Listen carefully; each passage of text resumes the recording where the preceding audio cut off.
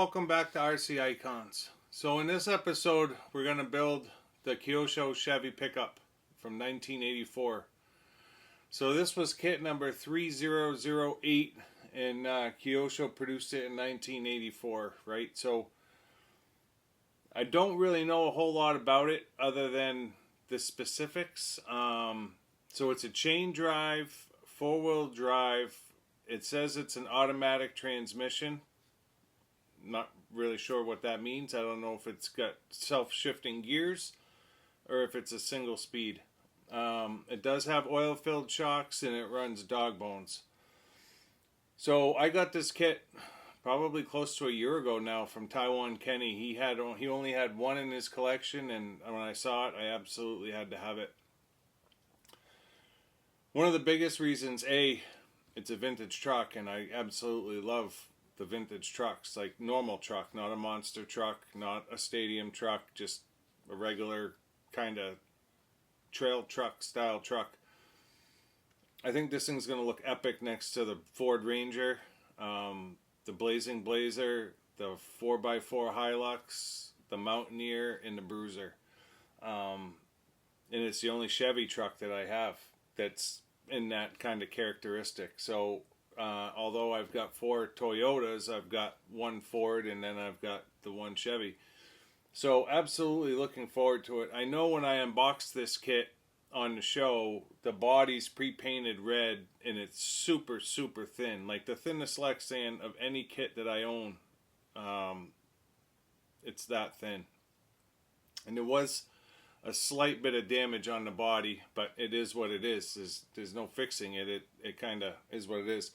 The chassis comes pre-assembled. I'm not sure how much you have to do to get the actual chassis together, but we're going to dive into it in this episode, so we'll figure it out together. So I'm not sure if this will be a 1 episode deal where the chassis is already built and the body's already painted. We may be able to get through this in 1 episode. We'll have to just kind of watch the time and see how we make out. So there's really not much more to say. What I'm going to do is I'll bring the camera over. We'll take a look at the kit in its presentation before we start ripping everything out of it, and we'll get right to it. So the box art for the truck is absolutely gorgeous. Looks like it's a running picture, right, or an action photo of the truck on the box, which is cool as hell. I can't imagine 1984 walking into a hobby shop and seeing that. Must have been just absolutely unreal. The sides of the box, it shows the truck running. Shows the top of the gearbox. So the top of the gearbox is clear plastic. You can actually see the gears inside, and then you can see your chain drive chassis here on the side. Jeez, it's a heavy kit. I think it runs a 550 motor too. So again, here on the side shows the push bar on the front like the Toyotas, and then there's your chain drive chassis, and then your battery and radio gear essentially go in a plastic tub in the back. So when we open the box up, trying if I get this thing as a huge decal sheet. I'm hoping there's directions in here. I know when I unboxed it, that was one of my concerns. There's really no direction sheet, but that's your decals. It's literally like the size of a poster. Looks like they might be pre-cut too. I'm hoping they're not like water transfer or something like that. And then the presentation of the kit is there. So you have your slider style mechanical speed control. I mean, the whole truck is metal. You've got your wheels and tires. It is bushed. Not sure if I'll leave it like that or not. It's going to be awesome tire writing. So it says Goodyear, and we are going to do it in white. So we've got our tires there, and then there's a box. No, there's not even a box underneath. It's empty. There's nothing there. There's an aerial here, spring style aerial. We may put that on. There's your thin. So there's your damage here on the side. The box probably just got a little bit crushed. I don't know that there's a whole lot that I'm going to be able to do to fix that. So we'll probably just decal it up the way it is and hope for the best. I'll just show the truck this way.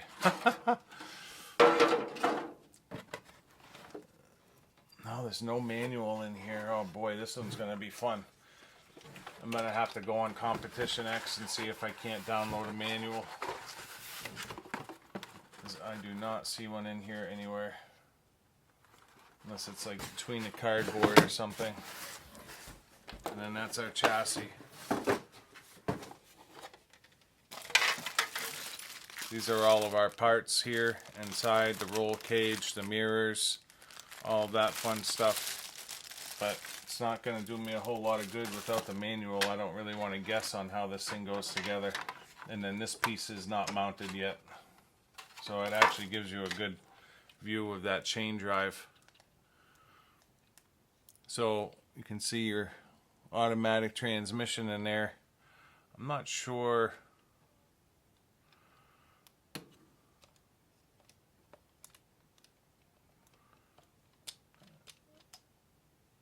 It looks like it might be a 2-speed.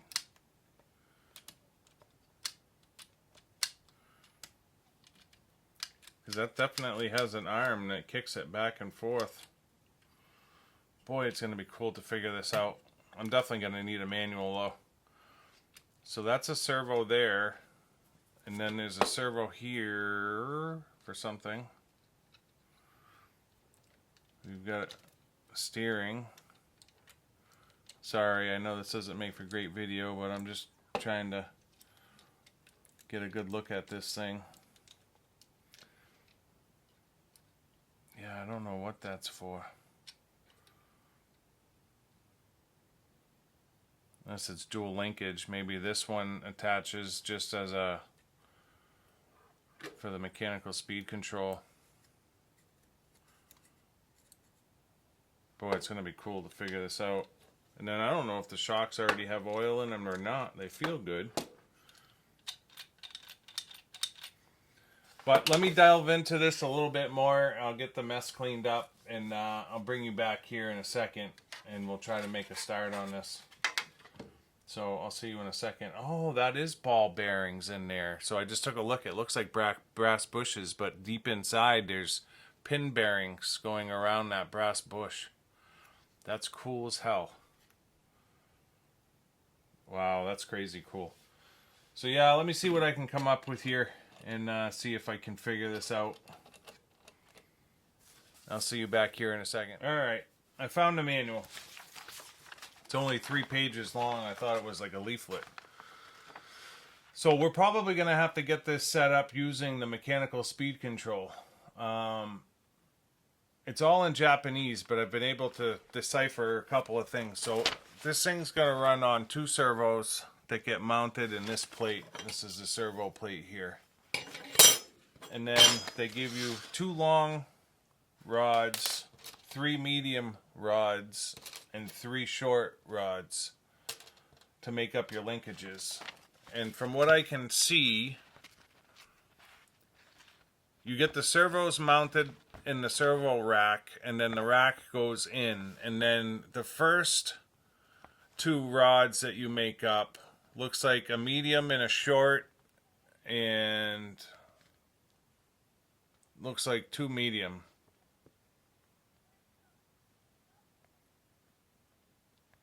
Looks like 2 medium. It does give you part numbers. Does it give you an exploded view? Yeah, it does give you an exploded view. So I'll be able to figure out which rods are which. But essentially the way this works is the servo is going to pull on this arm here, which is just a mid arm. And then that in turn gets brought up to the steering, this servo saver. So it's a 2-bar steering setup. And then the other servo is going to run your mechanical speed controller, but it's running through here. So this is forward and reverse. That's what this is. So essentially it's a 2-speed where reverse and forward are going to run at 2 different speeds. So the mechanical speed control arm will go to here and attach to one side, and then it'll attach again to the other side, so that as this is moving, it's actually shifting from forward to reverse at the same time. So because the gearbox is set up like that, I think it's the only way to run the truck is to use that mechanical speed control. Otherwise, when I go to put it in reverse, the motor will spin backwards, but I don't know that the truck will go backwards. I guess it would. It would go backwards in the sense that it would go backwards in the front speed.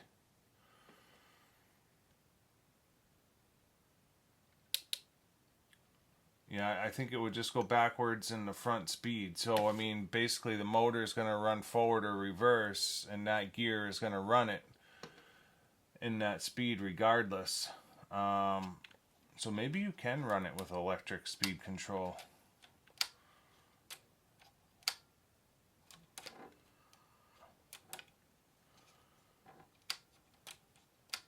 I don't know. I'm gonna try getting it set up, and I'll try it on the. I'll bench test it, and we'll see where we're at. But we'll go from there. So I'm gonna work on this kind of behind the scenes and try to get these servos in here, and I'll bring you back for a bench test here as soon as I have kind of something figured out.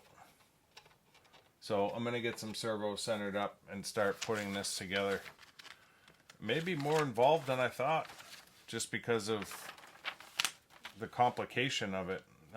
All Japanese instructions, and then so you can see here this diagram here.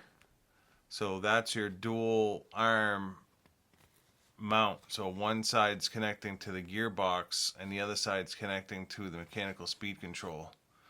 So when you go forward, it's gonna put the gear in one way, and the mechanical speed control will go one side, and then when you put it in the other side, it pulls the arm back the other way, and so this lever is moving the same time this is moving.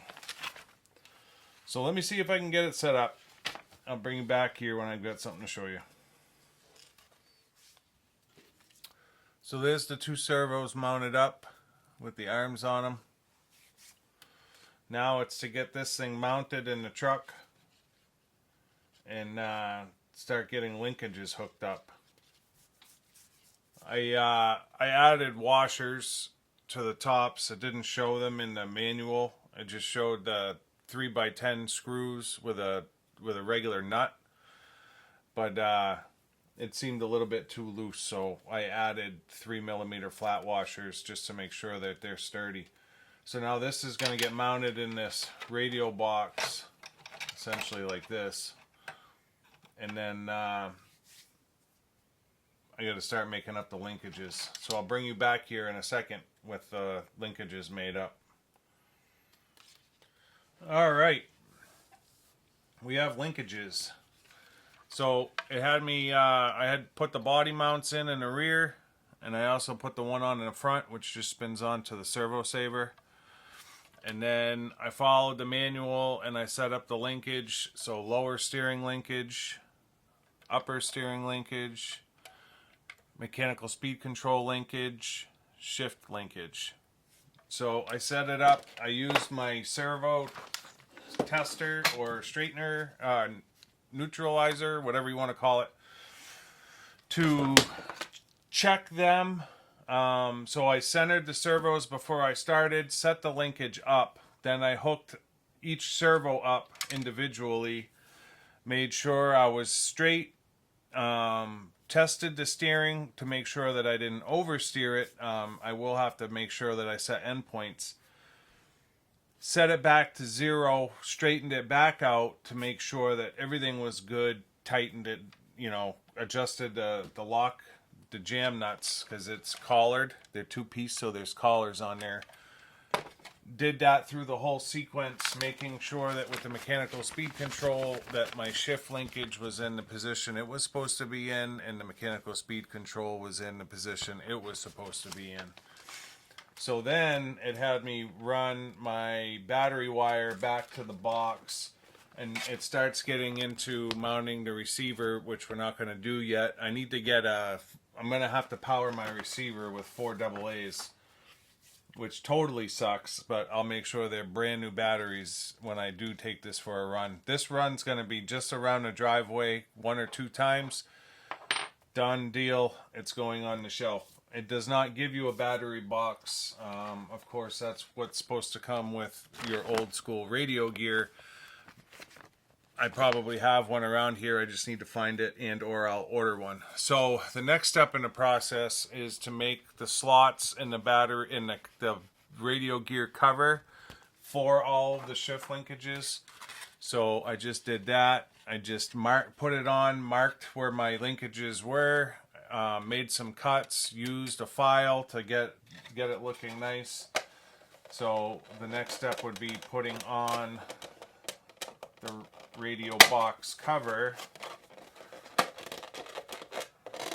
making sure it's sitting down correctly, and then you're supposed to use 4 cotter pins. Shows one on the lower hole, which is going to be down here. There's 3 holes in this.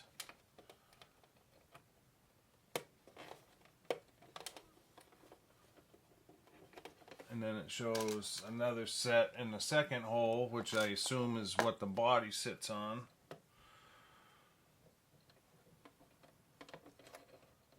So when I do a running video, that's when we'll bench test this thing and make sure. I bench tested it enough to get the linkages correct, but until I put my full radio gear in, I won't bench test it in the sense that we have operational steering and movement. So that shows my 4 cotter pins in, and then it starts getting into the body. So it does not show me putting in a cotter pin on the front to hold the body up, although it does give me cotter pins just in case. So what I'm going to do, just because that body's thin, I'm going to put one in on the lowest hole, and hopefully that will hold that body in place. So I'm looking at the paint on the body because it came pre-painted, and it does look a little bit thin. Definitely looks thin on this bedside up here. I'm actually thinking about masking these windows and backing it in white. So when you, I don't know if you can see, but you can see that it's like a translucent kind of body. I don't know if I should just roll with it and decal it and be done. And it is what it is. It's a pre-painted body. Or if I should try to mask those windows, squirt some more PS. It's not 6. PS5, I think, maybe, is red. Or is that black? I can't remember which PS is red. But I could essentially shoot another coat of red on there and then back it in white and then back it in black, and it would probably look a hell of a lot better than it does right now. Other than that, it's showing me all of the body parts to put on. It does not give me any sort of a decal layout, so I'm going to have to use the front to get my decal layout, which isn't a huge deal. And then we also have tire writing to do. Now it says to glue the tires, but these tires are absolutely on there. I'd be hard pressed to get them off. They do need a little bit of a cleanup as far as some silicone spray, but I probably will not do that until after I'm done driving it, although I will move forward and get the tire writing done because it's on the box and it's also in the manual, not in the manual but on the front. So I definitely want to move forward and do that. So I'm going to start working on the body here, and like usual, I'll just bring you back as I have things to show you. I was going to put the wheels and tires on, but I'm not even going to do that because I need to do the tire writing. So I'll see you back here in a second with another phase complete. But it's moving along actually pretty well. Hopefully the linkages are where they're supposed to be and everything will operate correctly. Wasn't nearly as difficult as I thought it was. I think it was just more understanding the truck before I, really got started. So I'll bring you back here in a second. Probably gonna mask those windows and shoot this thing. See you in a second. Well, you can see it. I made the commitment. It's masked off. I'm going to shoot the whole truck with a couple coats of red, darken that up, and then it's gonna go white, and then it's gonna go black. Phew, that was a pain in the to do. And while I'm painting, I'm gonna start tire writing. See you in a second. Getting tired. All right. So it's been a day since the last segment, and I masked off the windows. I hit it with red, I hit it with white, and then I hit it with black. And the body looks way better. It's not transparent anymore, or semi-transparent. The body's not fairing me holding it very much. There's that broken portion. Again, it came like that in the box. The other side was a little bit crushed as well, so I put some Gorilla Tape on it to try to strengthen it as much as possible. Kind of is what it is. I don't think anybody does a reproduction of this body, so we're gonna have to roll with it. And then tire writing is done. Even got the little flying shoe in there. They actually came out really nice. I mean, it's going to come off when I run it anyways, but at the very least it's done. So now we are going to go down our vintage decal saga, like usual. So I did take the decals out of the plastic. They're pre-cut in the sense that they're like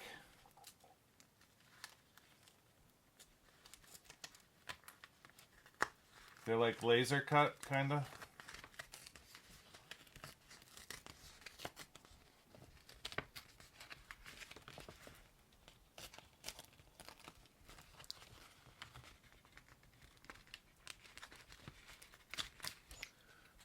Right? Not all the way through, but you can kind of see they're pre-cut. So a few minutes ago, before I went and grabbed the truck, I figured I would peel one back a little bit, and you can feel there is some stick there, but there ain't a whole lot of stick. So this may be the Ford Ranger all over again. And then there's a lot of clear on the outside of like the lines. So I'm going to trim them as I'm taking them off the sheet. And every decal I put on, I'm going to hit with the hairdryer right after I put it on. And hopefully this will work.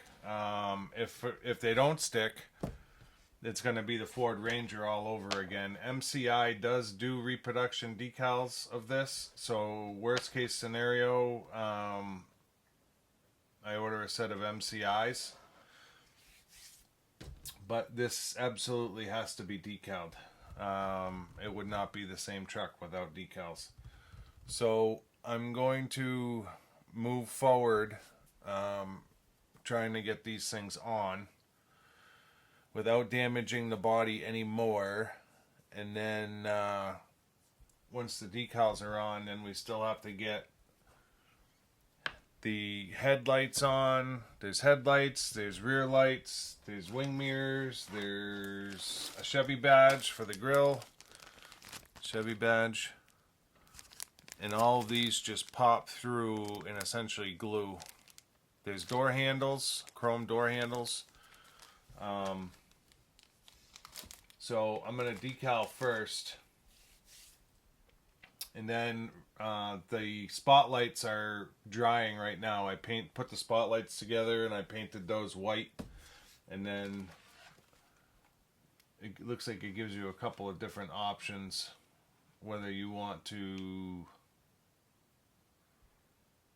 No, those are the headlights. It gives you one option. So the KC will be the spotlights with white bodies. So, like I said, we'll see. I'll see how I'm making out whether or not I bring you back.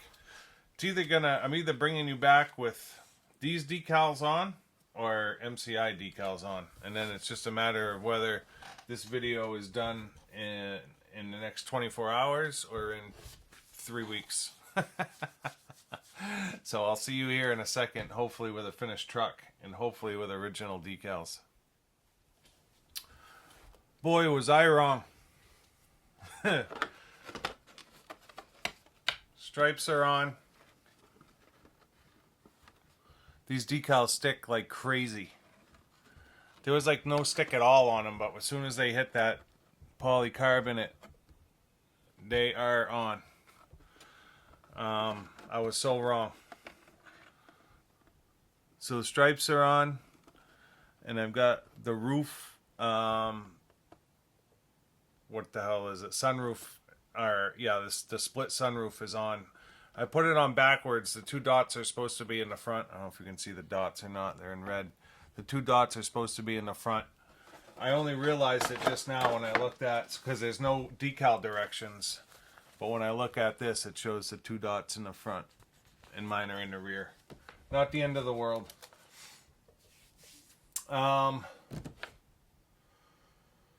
Still have a ton to go. Bumpers, numbers, lights. That's for the tailgate.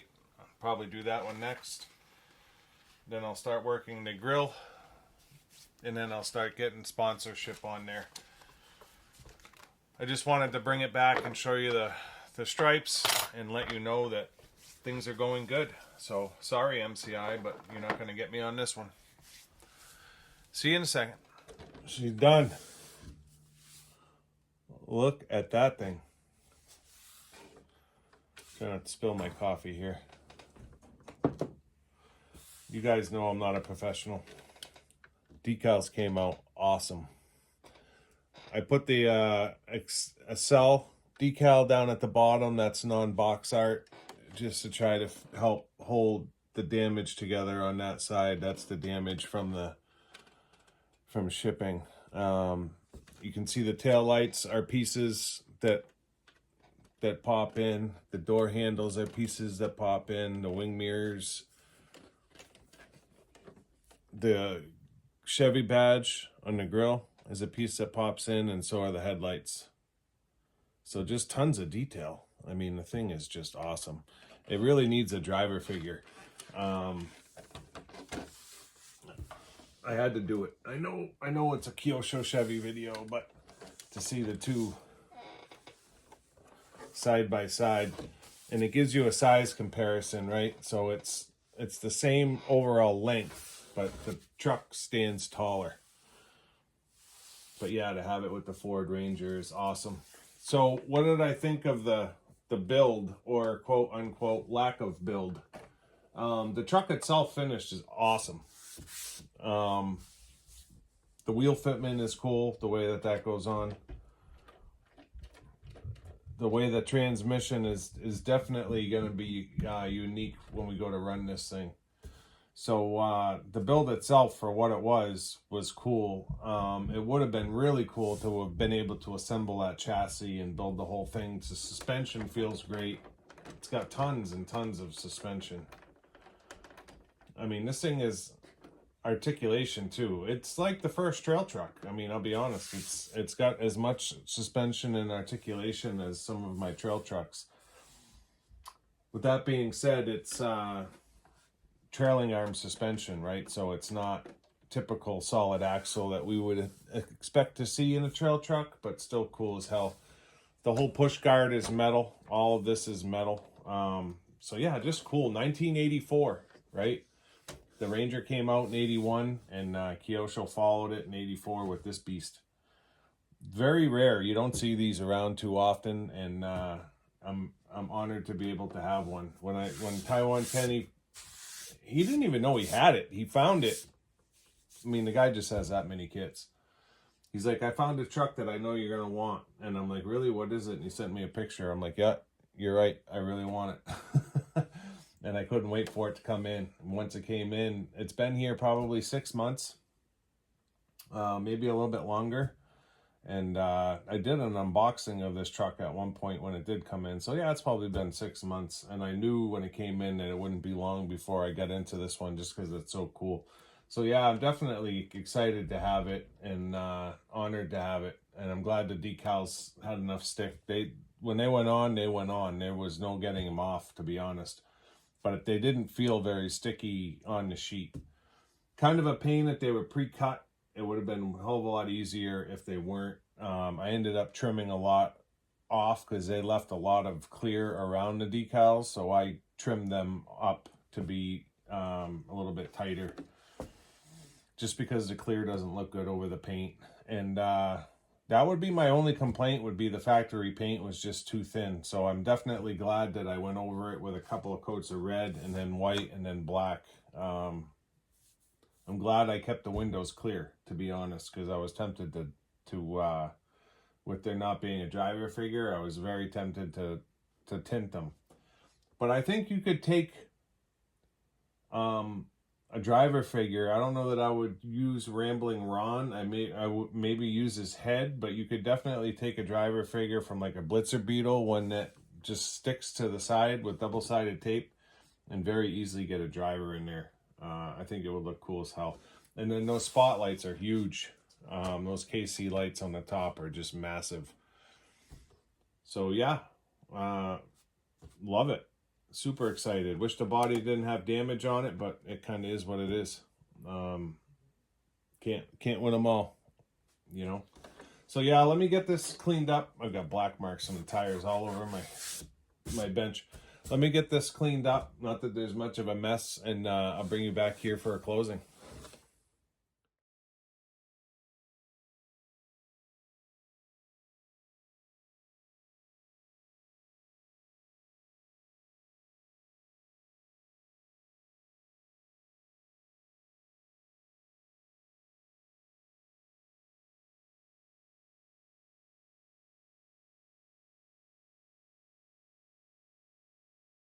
So I hope you guys enjoyed that.